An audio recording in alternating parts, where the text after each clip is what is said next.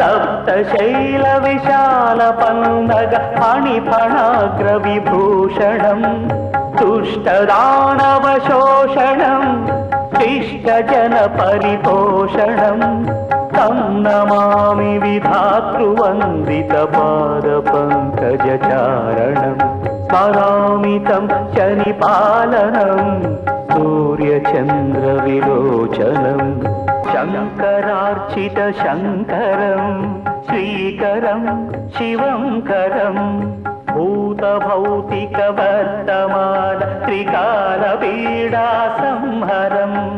सर्वतनुगत देवतात्मक मन्दिरम् शुभसुन्दरम् पाहि मां पापापहम् पतितजीवन पावनम् सप्तशैलविशालपन्नग फणिफणाग्र विभू